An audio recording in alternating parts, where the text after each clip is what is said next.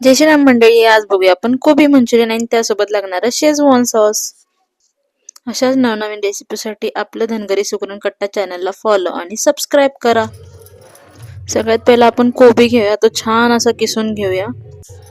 त्यानंतर एक बीट घेऊया, तो पण छान असा किसून त्यामध्येच घालून घेऊया. त्यानंतर मिक्सरच्या भांड्यात आपण पोहे बारीक करून घेऊया. यामध्ये पोह्याचं बारीक केलेलं वाटण आणि अद्रक लसूण पेस्ट टाकू.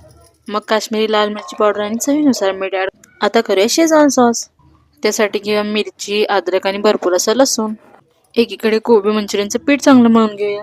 एका वाटीत थोडासा मैद्याचा घोळ करून घेऊया. मस्त असं मिक्स करून घेऊया, गुठळा राहायला नको अशा प्रकारे. कढईत तेल टाकून घेऊया.